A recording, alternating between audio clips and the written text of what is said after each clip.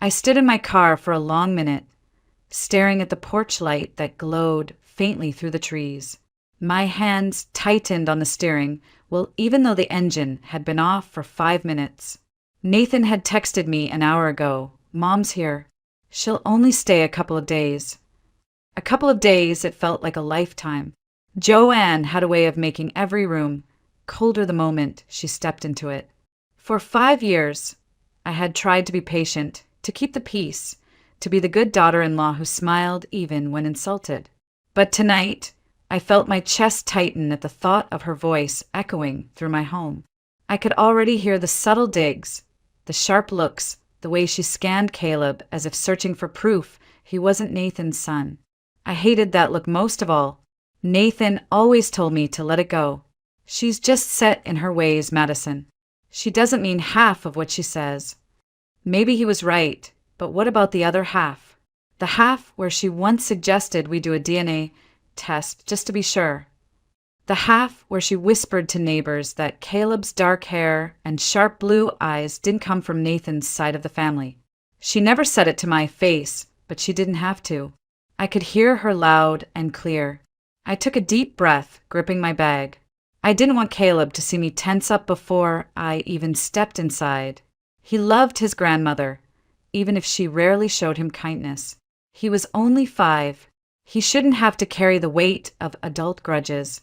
I whispered to myself, "It's just 2 days. You can handle 2 days." Walking up the path, I remembered the first time I had met Joanne.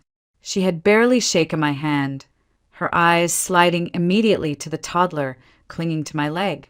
"And this is," she'd asked, her tone clipped, as if Caleb were some stranger's child I had dragged in off the street.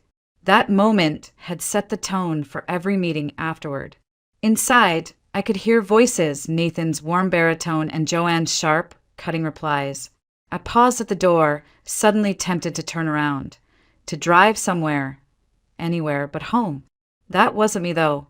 I had fought too hard to build a life for Caleb and me to run from a woman who thrived on intimidation. My hand lingered on the doorknob, cold against my palm.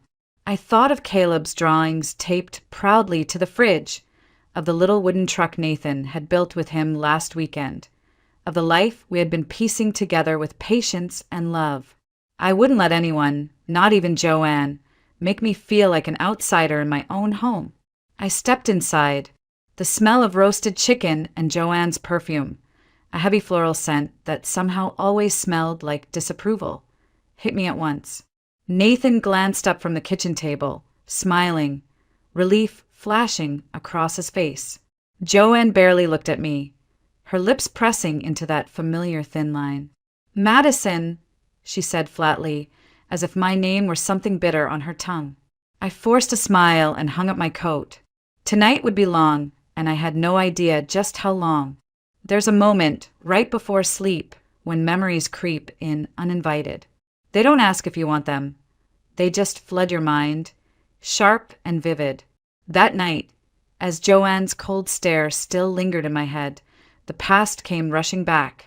I hadn't always lived in Eugene. Years ago, I was a girl with big plans and no interest in romance.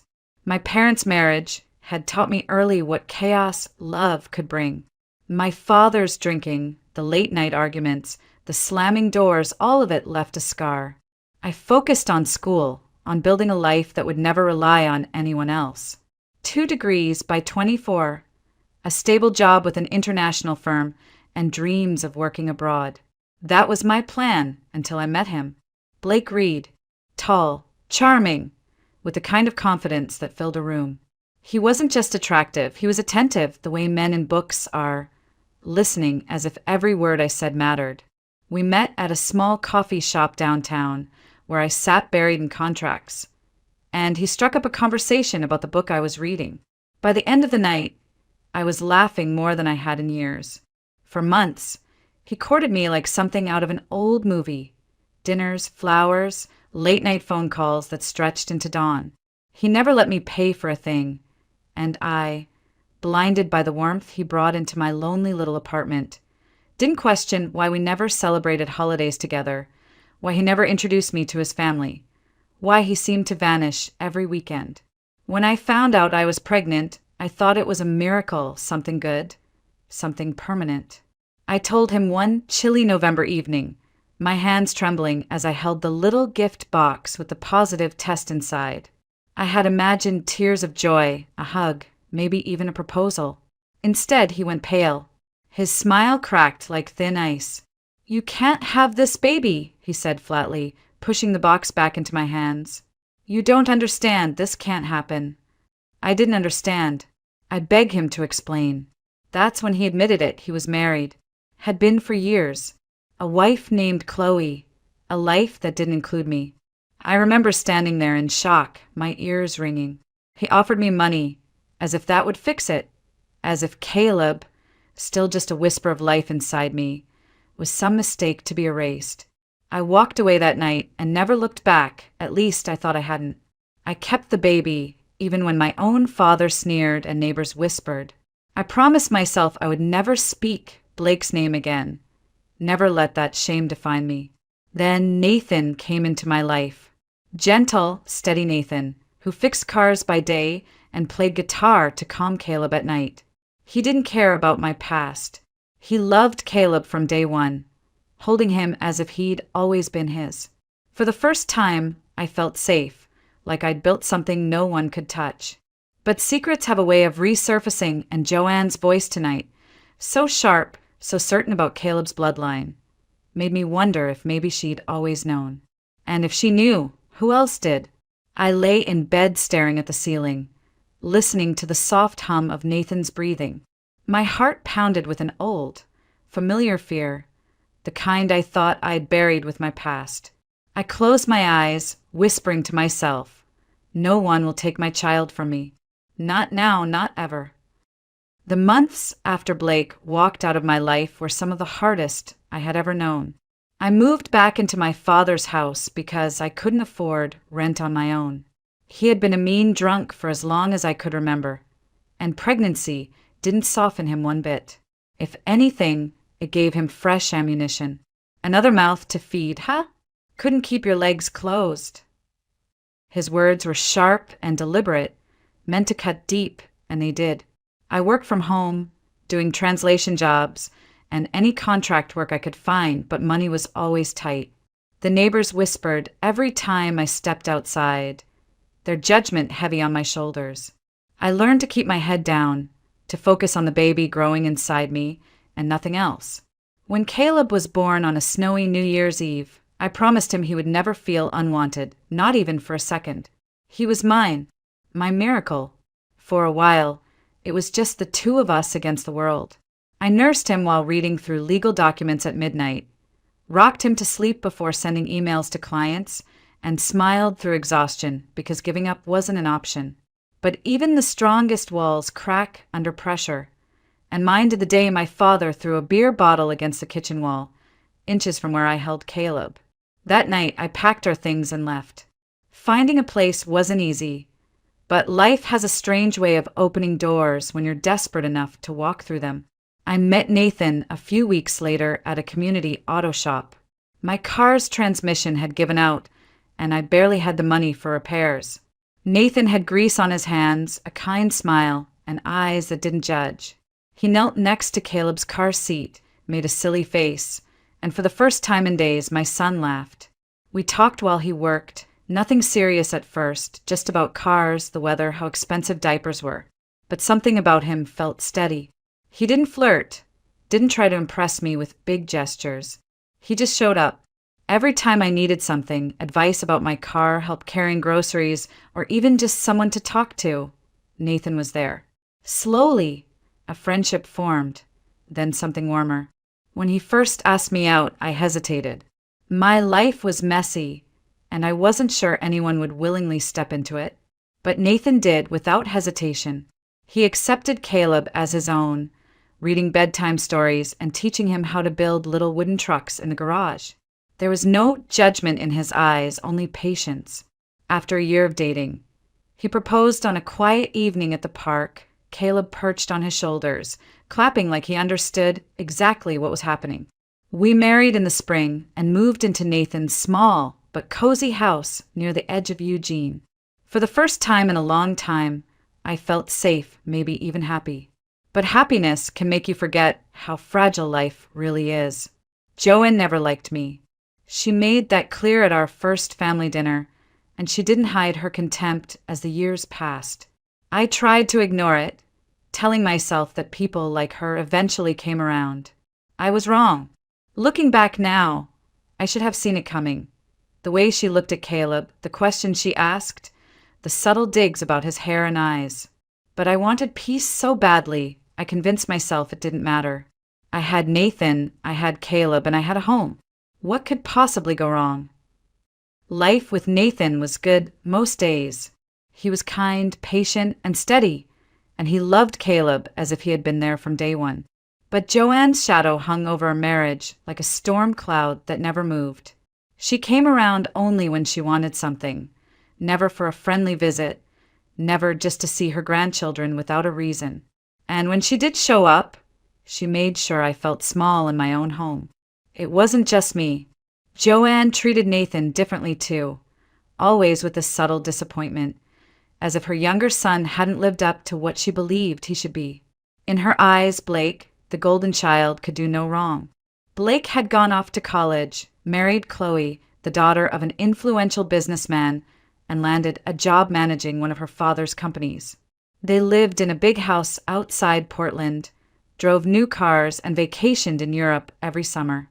Joanne practically worshipped them. At every family gathering, rare as they were, she compared Nathan to his older brother, never missing an opportunity to point out how different their lives were. Blake just bought a new place, 3-car garage and all. And Nathan, how's that little shop of yours doing? Still busy with old trucks. The way she said old trucks always dripped with judgment, as if honest work meant nothing unless it came with a suit and tie. Chloe, though, she was different. Sweet, polite, and almost painfully optimistic. She tried to bridge the gap between Joanne and me, bringing homemade pies to family dinners and asking about Caleb like she genuinely cared. But even her kindness had a thread of sadness running through it. I later learned she and Blake had been trying for a baby for years, with no luck. That struggle, though heartbreaking, only deepened Joanne's obsession with having another grandchild, her grandchild. I saw the way Joanne's eyes lingered on Caleb whenever she visited. It wasn't the warm look of a proud grandmother. It was calculating, as if she were measuring something, looking for proof of what she had suspected all along, that Caleb didn't belong to Nathan. She never said it directly, but I could feel it in every offhand comment, every glance that lasted a beat too long. One afternoon, during a family barbecue, I overheard her talking to a neighbor. He's a sweet boy, sure, but doesn't he look more like Blake than Nathan? Those eyes, that hair. Makes you wonder, doesn't it? My stomach dropped. She was planting seeds, whispering poison where I couldn't even defend myself. Nathan brushed it off when I told him later. She's just being mom. She doesn't mean anything by it. But deep down, I saw the flicker of uncertainty in his eyes. That tiny shadow of doubt was enough to make me furious, not at him, but at her. Joanne thrived on control, on dividing people just enough so she could steer things her way. And lately, she had been visiting more often, her questions sharper, her interest in Caleb deeper. Blake and Chloe had visited once since moving back from Portland. Blake barely acknowledged me, too busy talking to Joanne in hushed tones. Chloe smiled politely but seemed distracted. I thought nothing of it at the time. Why would I? Families talk, siblings catch up. But looking back, I realized there was something else in their conversation, a secret, heavy and deliberate, that I wasn't meant to hear. I brushed it off then, but a nagging feeling lingered. Something was shifting in the family dynamic, something I couldn't quite name yet. I only knew one thing for certain. Joanne had an agenda, and whatever it was, it involved Caleb. That night, I came home later than usual. Caleb was spending the evening at my mom's house, so it was just supposed to be Nathan, Joanne, and me. I sat in the car for a full minute, gathering my strength. Something about the way Joanne had smiled earlier, tight, secretive, made my stomach knot. When I finally stepped inside, I froze.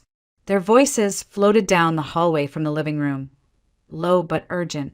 I wasn't trying to eavesdrop, but my name stopped me cold. Madison doesn't deserve that boy, Nathan.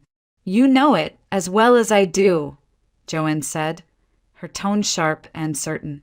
I frowned, my heart thudding. Nathan sighed. Mom, don't start. Caleb is my son. End of story.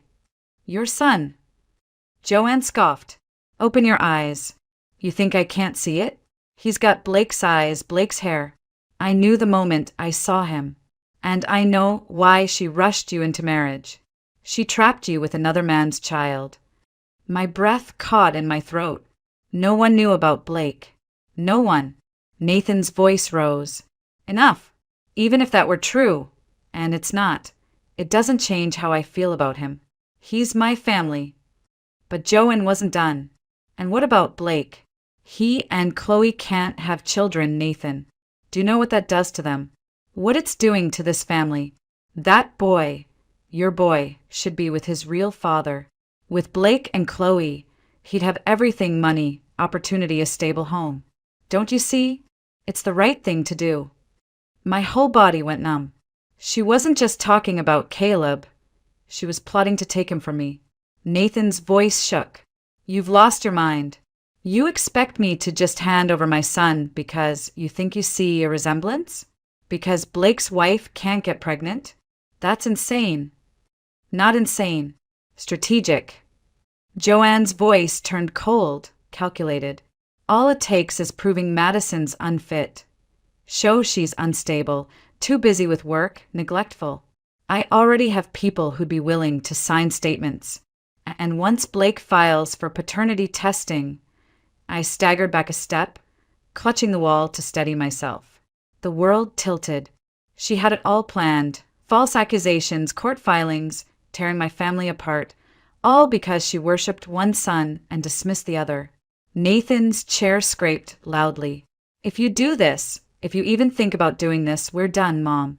You hear me? Done. Don't be dramatic. You'll thank me when it's over, she snapped, her words dripping with certainty. In that moment, I realized two things. First, Joanne had never hated me simply for who I was. She hated me because she believed Caleb wasn't Nathan's. And second, my past, the one I had buried so deep, was now a weapon in her hands. I stood frozen in the hallway, shaking. For years, I had carried the secret of Blake's betrayal like a stone in my chest, thinking I'd buried it forever. But Joanne had dug it up and twisted it into something monstrous. I didn't even notice the tears until they hit my lips. I had promised Caleb the day he was born that no one would ever take him from me, and I intended to keep that promise. Wiping my face, I straightened my shoulders. I couldn't stay silent. Not tonight. Not ever again. I don't remember deciding to move. 1 second, I was frozen in the hallway, my back pressed to the wall. The next, my feet carried me into the living room.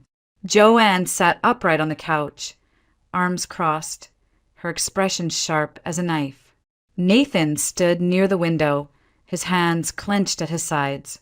They both looked up when I walked in. Madison, Nathan said quietly, surprise flickering across his face. I stared straight at Joanne. Get out. Her eyebrows shot up, but her tone was smug. Excuse me. You heard me. Get out of my house. Nathan stepped toward me. Mads, no, I said, my voice shaking but clear. I heard every word, every disgusting, hateful thing. You want to take my son? You think I'm unfit? That Caleb belongs with Blake and Chloe, like he's some prize you can just move around on a board? Not in this lifetime. Joanne's eyes narrowed, her mouth twisting into that familiar look of disdain. You should be thanking me. That boy deserves a proper life. I cut her off, my anger boiling over. He has a proper life. He has a father who loves him, a mother who works every day to give him everything she can, and a home where he's safe. The only thing he doesn't need is you. For the first time, Joanne faltered. It was only for a second, but I saw it, the flicker of shock that I dared to stand up to her. Nathan moved to my side, resting a hand on my shoulder. Mom, you need to leave. Tonight. Her face twisted. Nathan, don't do this. I am your mother. And I am Caleb's father, he said firmly. This is my family. If you can't respect my wife and my son, then you're not welcome here. The silence that followed was thick, broken only by Joanne's sharp intake of breath. She stood abruptly, her chair scraping the hardwood. You'll regret this, she spat, stepping toward the door. Both of you. Don't come crawling back when it all falls apart. When she reached the entryway, she turned dramatically, as if expecting one of us to stop her. Neither of us moved. Her eyes darted between us, and for a fleeting moment, I thought I saw something. Fear, maybe? Or disbelief that her control over Nathan had slipped. Then she slammed the door and was gone. I hadn't realized I was trembling until Nathan wrapped his arms around me. Hey, it's over. She's gone. I buried my face in his chest, tears finally breaking free. She's not going to stop, Nathan. She's going to go after Caleb. She's going to dig up everything I tried to leave behind. He tipped my chin up, forcing me to meet his eyes. Then we'll fight. Together. I don't care what she thinks she knows. Caleb is ours, and I'm not letting anyone take him away from you, from us. For the first time that night, I believed him. I felt his strength wrapping around me, not just physically, but in the way his voice steadied my heartbeat. We had faced Joanne's cruelty before, but tonight was different. Tonight he had chosen, and he chose us. I closed my eyes, whispering, "Thank you." Nathan kissed my forehead and held me tighter. We're going to be okay, Madison. I promise. But deep down, I knew Joanne wasn't done. People like her didn't just walk away. And if she had already gone this far, what would stop her from going further? The house was quiet after Joanne left. But it wasn't the kind of quiet that soothes you. It was heavy, like the air itself was holding its breath. Nathan hadn't moved from my side. His hand stayed firm on my shoulder, grounding me while my chest rose and fell in uneven bursts. "I'm sorry," I whispered, the words slipping out before I could stop them. Nathan frowned. "Why are you apologizing?" "Because she's right about one thing. Caleb isn't your blood." The confession caught in my throat like glass. "I should have told you from the beginning, but I was terrified. I thought you'd walk away like Blake did." Nathan turned me to face him fully, his expression calm but resolute. "Madison, listen to me. I don't care whose blood runs in his veins. That boy is my son. He always has been. He calls me Dad, and I will never let anyone take him from us. You hear me?" My eyes stung as I nodded. "But Joanne is done," he said sharply, surprising even himself with the conviction in his voice. "Tonight made me see things I should have seen years ago. She's not trying to help anyone. She's trying to control us, just like she's always controlled Blake. I'm done letting her have power over our lives." He stepped back and ran a hand through his hair, pacing once before stopping at the window. "Tomorrow, I'm calling the attorney who helped with our mortgage papers. We're going to start the adoption process. Caleb is legally going to be my son. No questions, no loopholes. If Joanne or Blake want to try something, let them. We'll be ready." I blinked at him. "Nathan, you'd really do that?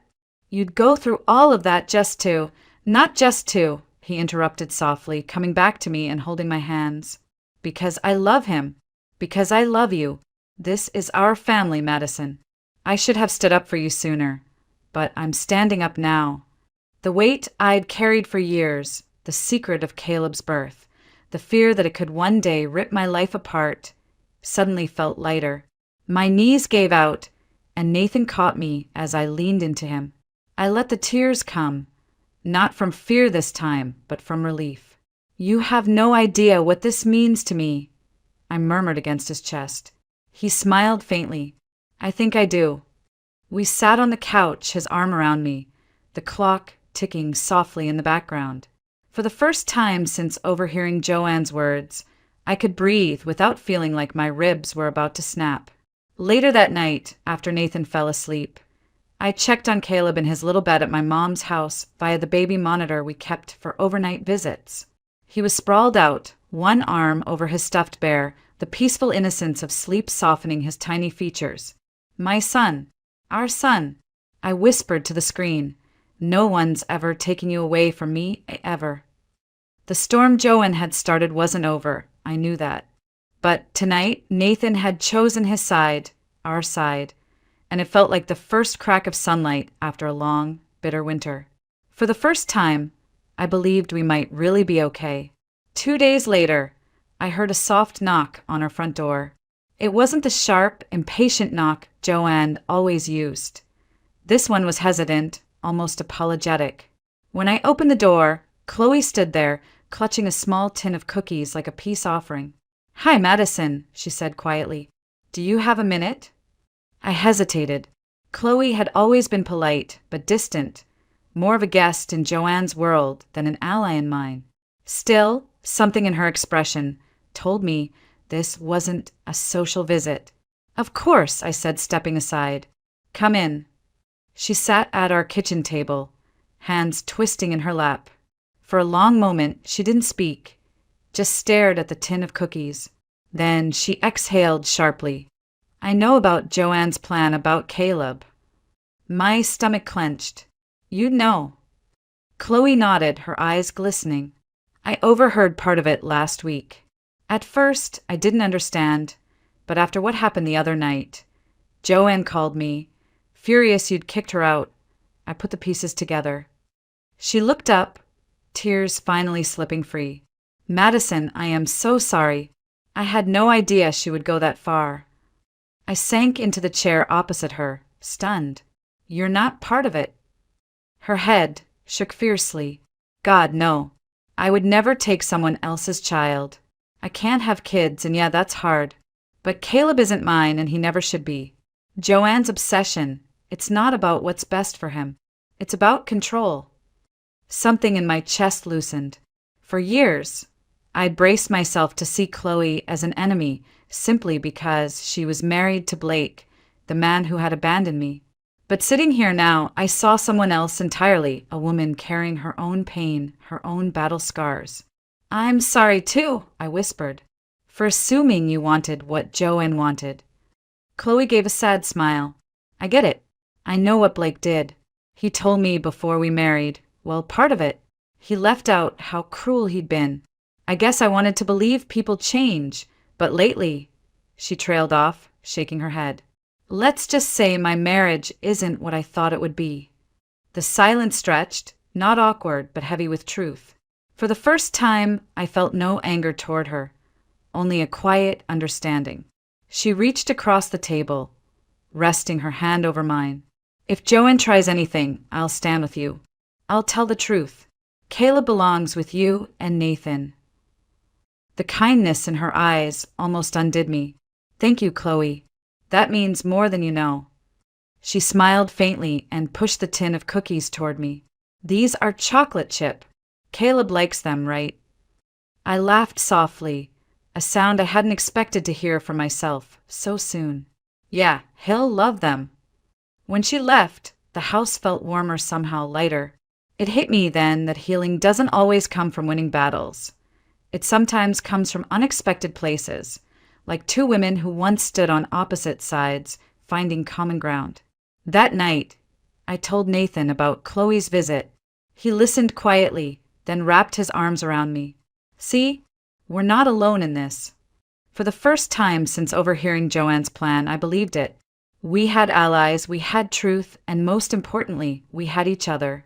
A week later, Nathan suggested we take a drive out to the edge of town, to the little piece of land we'd been slowly turning into a small vineyard. It was quiet out there, just the sound of wind in the trees and the soft hum of bees. Caleb loved it, running through the rows of young vines like it was his personal playground. That day, we brought a small sapling with us. Nathan carried it on his shoulder, while Caleb proudly clutched a little plastic spade. "We're planting this one for us," Nathan said, smiling as he knelt down beside me. A new start. Caleb dug with all the determination of a 5-year-old, dirt flying everywhere as he hummed a tune from one of his cartoons.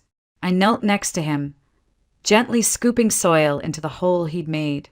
Nathan placed the sapling in, steady and straight, and together we covered its roots. "There," I said softly, brushing the dirt from my hands. "Strong roots, right, Caleb?" He nodded, eyes bright. "Like our family." The simplicity of his words nearly undid me. After everything, the secrets, the fear, the betrayal, this little boy still saw nothing but love and safety when he looked at us. Nathan put an arm around my shoulders, pulling me close. "That's exactly right, buddy. Strong roots." As we worked, my phone buzzed. It was a message from Chloe. "Joanne won't be bothering you for a while. She's processing things." I told her I won't support any plan to take Caleb. "Thought you should know." I read it twice, relief washing over me. Joanne hadn't apologized. People like her rarely did. But at least she'd been stopped, her grip on our lives broken. For the first time in years, I felt like I could exhale without waiting for the next blow to land. Later, we sat on the porch of the small cabin Nathan had been building by hand, sipping lemonade as Caleb drew pictures of the new tree in his sketchpad. "Think it'll grow tall?" he asked, holding up his drawing. "Taller than you," Nathan said, ruffling his hair, "and you're going to be pretty tall." I smiled, watching them together. This was what I had fought so hard for. Not perfection, not luxury, just peace, just the kind of love that didn't question its own worth. That evening, as the sun dipped behind the hills, Nathan took my hand. "When all this started, I thought we might break," he admitted. "But we didn't. We're stronger now. You, me, Caleb, we're solid." I leaned against him, the warmth of his shoulder grounding me. "We are," I agreed, "and no one's ever going to change that." The tree we planted swayed gently in the breeze, its fragile branches catching the light. It would take years to grow strong enough to bear fruit, but that was okay. So would we. That night, after Caleb had fallen asleep in the car on the way home, Nathan carried him to bed while I lingered on the porch, looking out at the dark sky. The stars over Eugene were bright, scattered like tiny lanterns, and for the first time in what felt like forever, I didn't feel small underneath them. I felt grounded. I thought about the journey that had brought me here. From the girl who had fallen for Blake's charm and been left standing alone, holding a positive pregnancy test and a broken heart, to the woman who had chosen to keep her child, no matter the cost. For so long, I had carried shame like it was stitched into my skin. Shame for falling for the wrong man, for raising a child alone, for building walls around myself so high no one could climb them. But Nathan had climbed them. He hadn't just climbed them. He had taken my hand and helped me step over them, brick by brick, until one day I realized I wasn't trapped anymore. And Caleb, he had given me a reason to keep going even when I thought I had nothing left. He was my light when the world felt dark. Joanne's cruelty had cut deep, but in the end it revealed something I'd almost forgotten. Family isn't about DNA or the stories people tell behind closed doors, or even about who the world thinks you should be with. Family is about who stays when things get hard, who stands beside you when the storm comes. Nathan had chosen me and Caleb without hesitation. Chloe, unexpectedly, had chosen truth over blood loyalty. And even in his innocence, Caleb had chosen love, unquestioning, unconditional love that didn't care about the past. I stepped back inside and watched Nathan tuck Caleb in, his hand resting gently on our son's back. Caleb murmured something in his sleep, his tiny fist gripping Nathan's shirt, like even in his dreams he needed to know we weren't going anywhere. When Nathan came back to the doorway, I whispered, "You saved us." He shook his head. "No, Madison. We saved each other." I smiled, tears pricking my eyes, and reached for his hand. The warmth of his fingers wrapping around mine told me everything I needed to know. We were safe, we were whole, and we were finally free. Standing there, I thought of the tree we'd planted earlier. It would grow, slow and steady, its roots deepening over the years. One day, Caleb would sit under its shade, maybe with kids of his own, and know that it had all started with love and a choice to protect what mattered most. If there's one thing life has taught me, it's this. Sometimes the family you fight hardest to keep isn't the one you're born into, but the one you choose day after day. And sometimes the deepest healing doesn't come from winning a battle, but from knowing you're no longer fighting alone. I kissed Nathan softly, feeling the quiet hum of our home around us, and whispered to myself, "We're home now, all of us."